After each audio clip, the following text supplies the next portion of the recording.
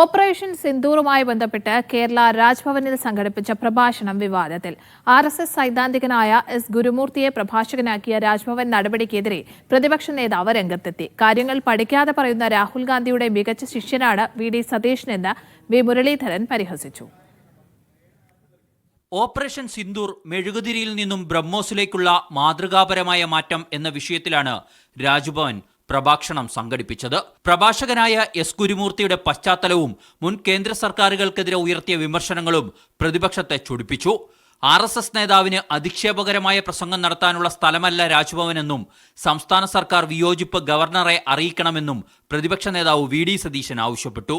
രാജ്ഭവനിൽ ഔദ്യോഗികമായ ഒരു RSS നേതാവിനെ കൊണ്ടുവന്ന് പ്രസംഗിപ്പിക്കുകയും ഇതിനു മുമ്പുള്ള ഗവൺമെന്റുകൾക്കെതിരായിട്ടുള്ള രാഷ്ട്രീയമായ പരാമർശങ്ങൾ നടത്തുകയും ചെയ്തത് ദൗർഭാഗ്യകരമാണ്, അത് അനൗചിത്യമാണ്. സതീശന്റെ നിലപാടിനെതിരെ BJP രംഗത്ത് വന്നു.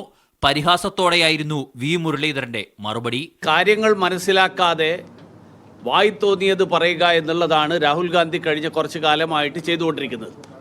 VD സതീശൻ അതിന് പറ്റിയൊരു ശിഷ്യനായതുകൊണ്ട് അതേ പാതയിലാണ് ഇപ്പോൾ VD സതീശനും ചെയ്തുകൊണ്ടിരിക്കുന്നത്. ഗവർണറുമായി സമവായത്തിൽ പോകുന്ന സംസ്ഥാന സർക്കാരാകട്ടെ ഇതിനോട് ഇതുവരെ പ്രതികരിച്ചിട്ടില്ല. മീഡിയ 1 തിരുവനന്തപുരം.